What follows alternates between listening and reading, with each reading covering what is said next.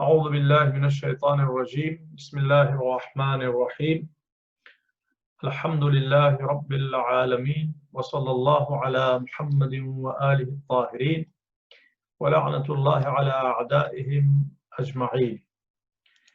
تو یہ سمجھ لیجئے کہ ہمارا فقہ کا مینول ہے، عقائد اور احکام کا، اور اس میں ہم لوگ یہ بک 3 پڑھ رہے ہیں، اور پہلے عقائد کا ٹاپک ڈسکس کریں گے، پھر اس کے بعد میں احکام یعنی فقہ۔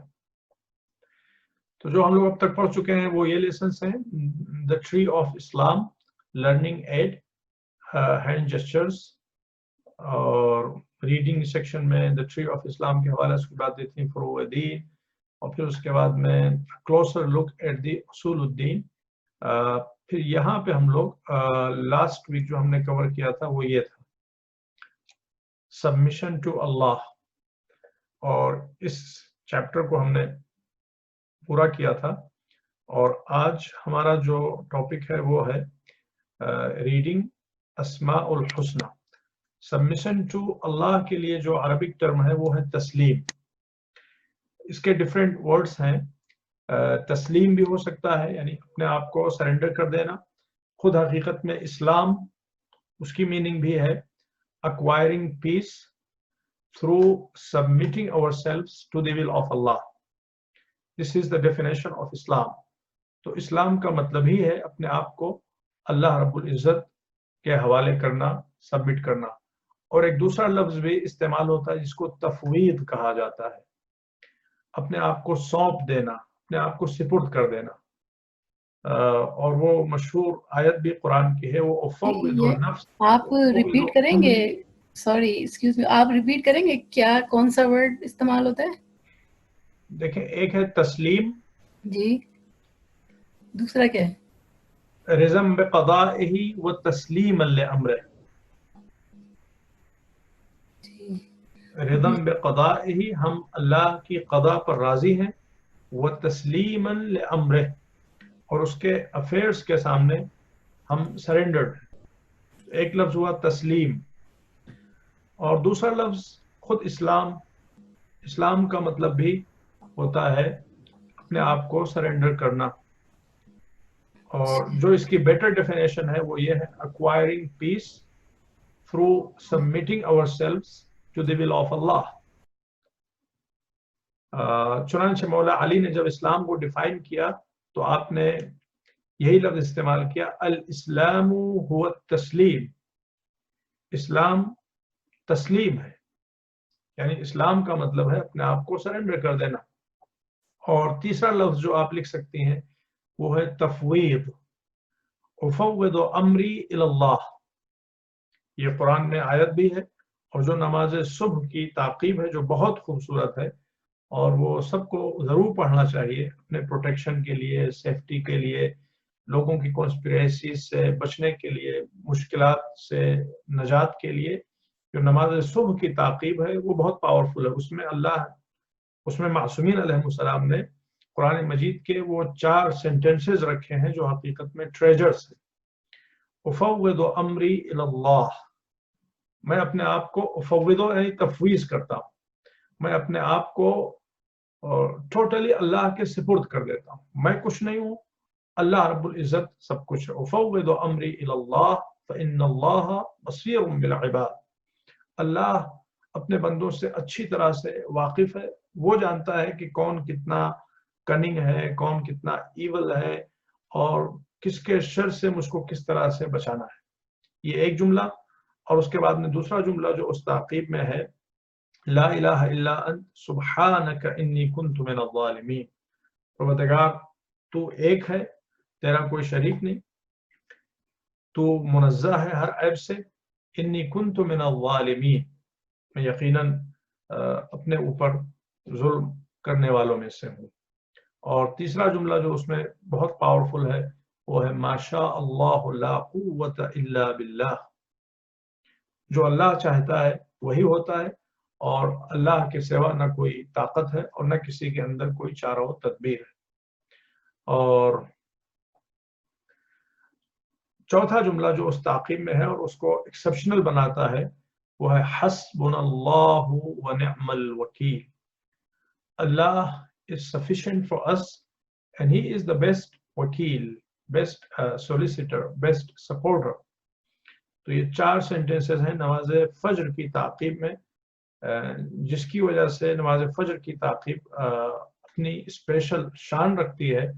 اور امام جعفر صادق علیہ السلام کا جملہ ہے کہ اللہ نے قرآن میں یہ 4 سولوشنز نازل فرمائے ہیں, اگر انسان ان کو اپنا لے تو پھر اس کی زندگی میں کسی طرح کا کوئی ڈر نہیں رہ جائے گا. امام فرماتے ہیں لوگ 4 چیزوں سے ڈرتے ہیں اور چاروں کا سولوشن حقیقت میں ان 4 سینٹنسز میں موجود ہے. بہرحال تو آج جو ہمارا ڈسکشن ہے عقائد سیکشن میں وہ سبمیشن ٹو اللہ سے آگے بڑھ کر اسماء الحسنہ پہ. سبمیشن ٹو اللہ کو ہم کور کر چکے اور اسماء الحسنہ تو یہ ہے پیج نمبر 16 پہ.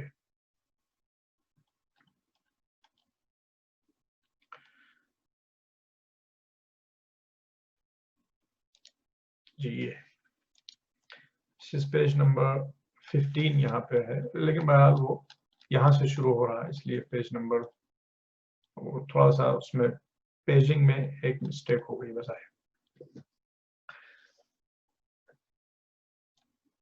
یس بسم اللہ الرحمن الرحیم. جو ہمارا گریڈ 2 میں لاسٹ یونٹ تھا جس کو ہم نے ڈسکس کیا وہ بھی اس سے بہت ملتا جلتا تھا, چونکہ یہ کتاب ایک سیکوینس میں لکھی گئی ہے اور بچوں کی گروتھ کے اعتبار سے اس میں چیزوں کو سنگین کیا گیا ہے, ہیوی کیا گیا ہے, ڈیٹیلڈ کیا گیا ہے, اس لیے آپ کو یونٹ سملر دکھائی دیں گے اور جیسے جیسے آگے بڑھتے رہیں گے ویسے ویسے اس میں گہرائی آتی رہے گی.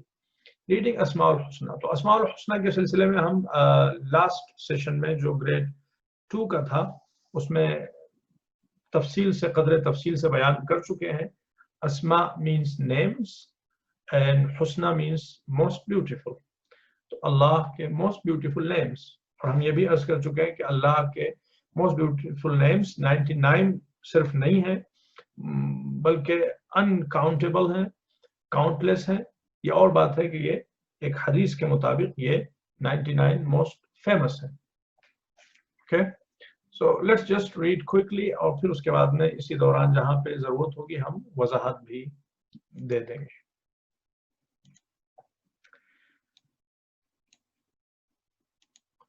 بسم اللہ الرحمن الرحیم.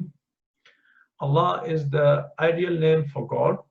Any other titles of God like Rabb are attributes, things that describe something, or names of God. Imam Ja'far as-Sadiq alayhi salam has quoted Prophet Muhammad sallallahu alaihi wasallam saying, there are 99 attributes, 100 minus 1 of Allah. Whoever learns them will enter paradise. So yeah, exactly repetition hai from the previous book. However, even this repetition is not bad.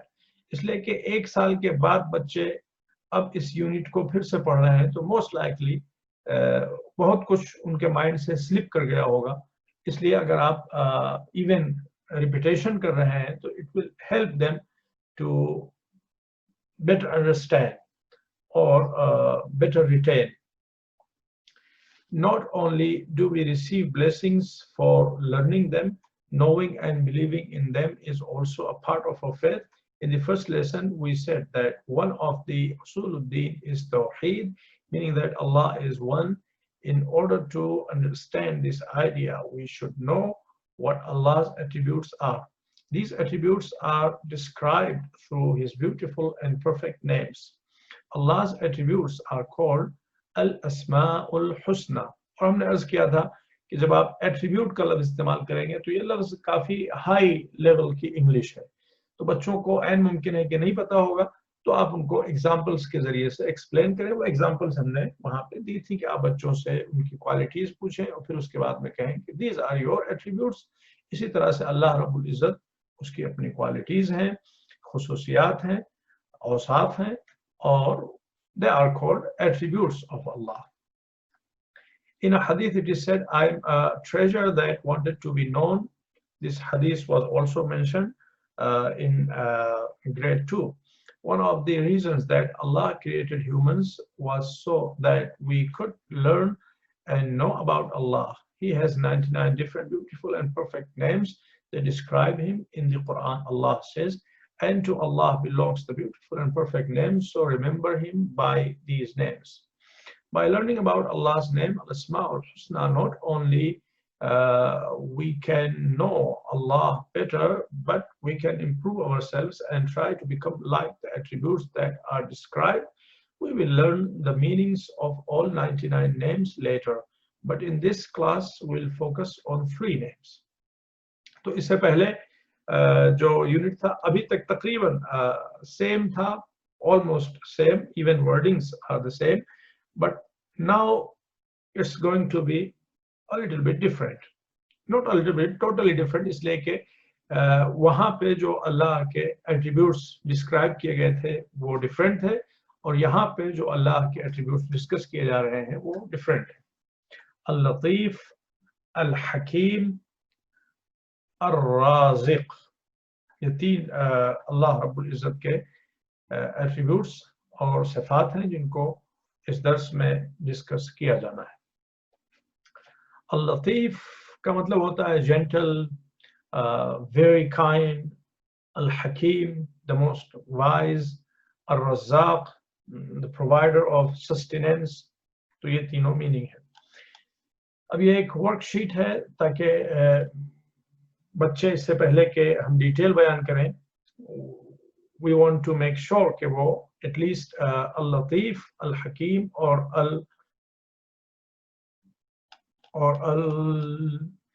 الرزاق اور الرازق کے معنی جانتے ہیں. Match the Asma الحسنى with their meanings.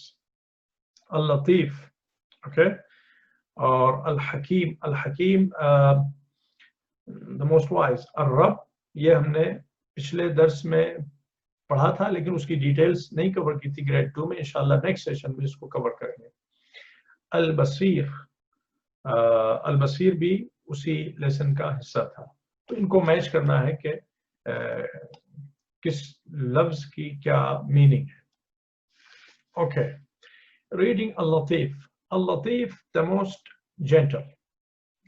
Latif comes from the root word لطف. اردو زبان میں بھی ہم بولتے ہیں لطف و کرم. تو لطف و کرم, they are close to one another, not exactly the same, but لطف و کرم means kindness, gentleness, mercy. یہ سب اسی معنی میں استعمال ہوتے ہیں. which means to like. This is the godly like and love that Allah has towards his creation. He shows his lutf and love towards us by giving us whatever is beneficial for us. Most of the time, when Allah mentions that he is al-Latif in the Quran, he also says that he is al-Khabir, the one who is aware. So Allah is aware of what we need, and through his lutf and kindness, he gives us what we need. Let's just look, in fact, at Quran from Quranic perspective. We'll go through the word latif, which is used in Quran. This is a technique that teachers can use in their classroom. If you want to give a little bit more detail and acquaint your students with Quran. So, for example, the word latif is discussed here. So you just do a quick research of latif in Quran. Definitely you need to go through the translation as well. So you can find several verses in which the word latif has been used, and you can mention to your students to broaden their understanding. So for example, here, یہ حضرت یعقوب اور یوسف کا واقعہ ہے, اور وہاں پہ اللہ رب العزت فرماتا ہے وَقَدْ أَحْسَنَ بِي إِذْ أَخْرَجَنِي. جناب یوسف کہہ رہے ہیں کہ اللہ نے میرے ساتھ نیکی کی after he took me out of the prison. وَجَاءَ بِكُم مِّنَ الْبَدْوِ, and he brought you all from that desert. مِن بَعْدِ أَن نَزَغَ الشَّيْطَانُ بَيْنِي وَبَيْنَ إِخْوَتِي, after shaitan had created discord between me and my brothers. پھر اس کے بعد جناب یوسف یہاں پہ اللہ کے ان احسانات کو بیان کرنے کے بعد کہتے ہیں إِنَّ رَبِّي لَطِيفٌ لِمَا يَشَاءُ, indeed my Lord is Latif, to whom he wishes. So Latifun here means extremely gentle, extremely kind and merciful. Latif کی جو meaning ہے وہ ہے subtle, بہت subtle, بہت باریک, بہت ہی باریکی سے کسی چیز کو دیکھنے والا, اس کو کہتے ہیں لطیف. ان ربی لطیف لما یشاء انہ هو العلیم الحکیم. اور اسی طرح ایک دوسری آیت میں یہاں پہ اللہ فرماتا ہے الم تر ان اللہ انزل من السماء ماء فتصبح الارض مخضرة ان اللہ لطیف خبیر. Didn't you see that it's Allah who descends water, who sends down water, فَتُصْبِحُ الْأَرْضُ مُخْضَرَّةً, after which the earth becomes lavished green. إِنَّ اللَّهَ لَطِيفٌ خَبِيرٌ, indeed Allah Azza wa Jal is full of subtle blessings, delicate blessings, full of delicate blessings. This is the right meaning of Latif. Inna Allah Latifun Khabir, and indeed he is aware, because he is subtle, he is delicate, and he knows everything, and he sends down everything to the amount in which that blessing is required. Ya yahan pe Allahu Latifun bi'ibadihi yarzuqu man yasha wa huwa al-qawiyyul aziz. Indeed Allah is Latif bi'ibadihi, toward his servants. Yarzuqu man yasha, he provides sustenance whomever he wishes. Wa huwa al-qawiyyul aziz, and he is mighty and powerful. تو پھر اس کے بعد یہاں پہ آپ دیکھیں, this is the last verse that we are discussing. یا بنی انہا ان تک مثقال حبۃ من خردل فتکن فی صخرۃ او فی السماوات او فی الارض. یہ جناب لقمان جو اپنے بیٹے کو نصیحتیں کر رہے ہیں اس کا پارٹ ہے. اے میرے لخت جگر, انہا اگر شرک گناہ, ان تک مثقال حبہ من خردل, it is to the weight of a mustard seed, fatakun fi sakhratin, and that tiny sin or that tiny shirk is in a mountain or in a rock, huge rock, aw fi samawat, or it is in the heavens, or lost in the earth. Ya'ti biha Allah, Allah is capable to bring it forth. اللہ کوئی بھی چیز اللہ سے چھپی نہیں رہ سکتی, اللہ سے کوئی بھی چیز گم نہیں ہو سکتی. اللہ اتنا ڈیڈیکیٹ ہے, اتنا سٹل ہے, اور اتنا باریک بین ہے. اب یہ سب ہمارے اپنے الفاظ ہیں, مگر بہرحال مجبوری ہے کہ انہی الفاظ کو استعمال کرنا ہوگا. ان اللہ, کیوں ایسا ہوگا؟ Indeed Allah is Latifun Khabir, full of delicacy and full of awareness. تو یہاں پہ لطیف کی میننگ یہ ہے. تو لطیف ان فیکٹ کل ملا جلا کے اللہ رب العزت بہت باریکی اور نزاکت کے ساتھ اپنے بندوں پر رحم و کرم کرتا ہے, لطف و عنایت کرتا ہے, اس لیے اس کو لطیف کہا جاتا ہے. Okay, so this was from Quran. Coming back to our book. اب یہاں پہ ایک اسٹوری, ایک ریڈنگ, ایک ٹیکسٹ بنایا جا رہا ہے تاکہ بچے اس کو اچھی طرح سے سمجھیں. بیان کیا جا رہا ہے تاکہ بس بچے اس کو اچھی طرح سمجھیں. One day a man was coming from the desert towards Medina. On the way, he saw some baby chicks, and thought to himself, on the way, he saw some baby chicks and thought to himself, why don't I take these chicks and give them as a gift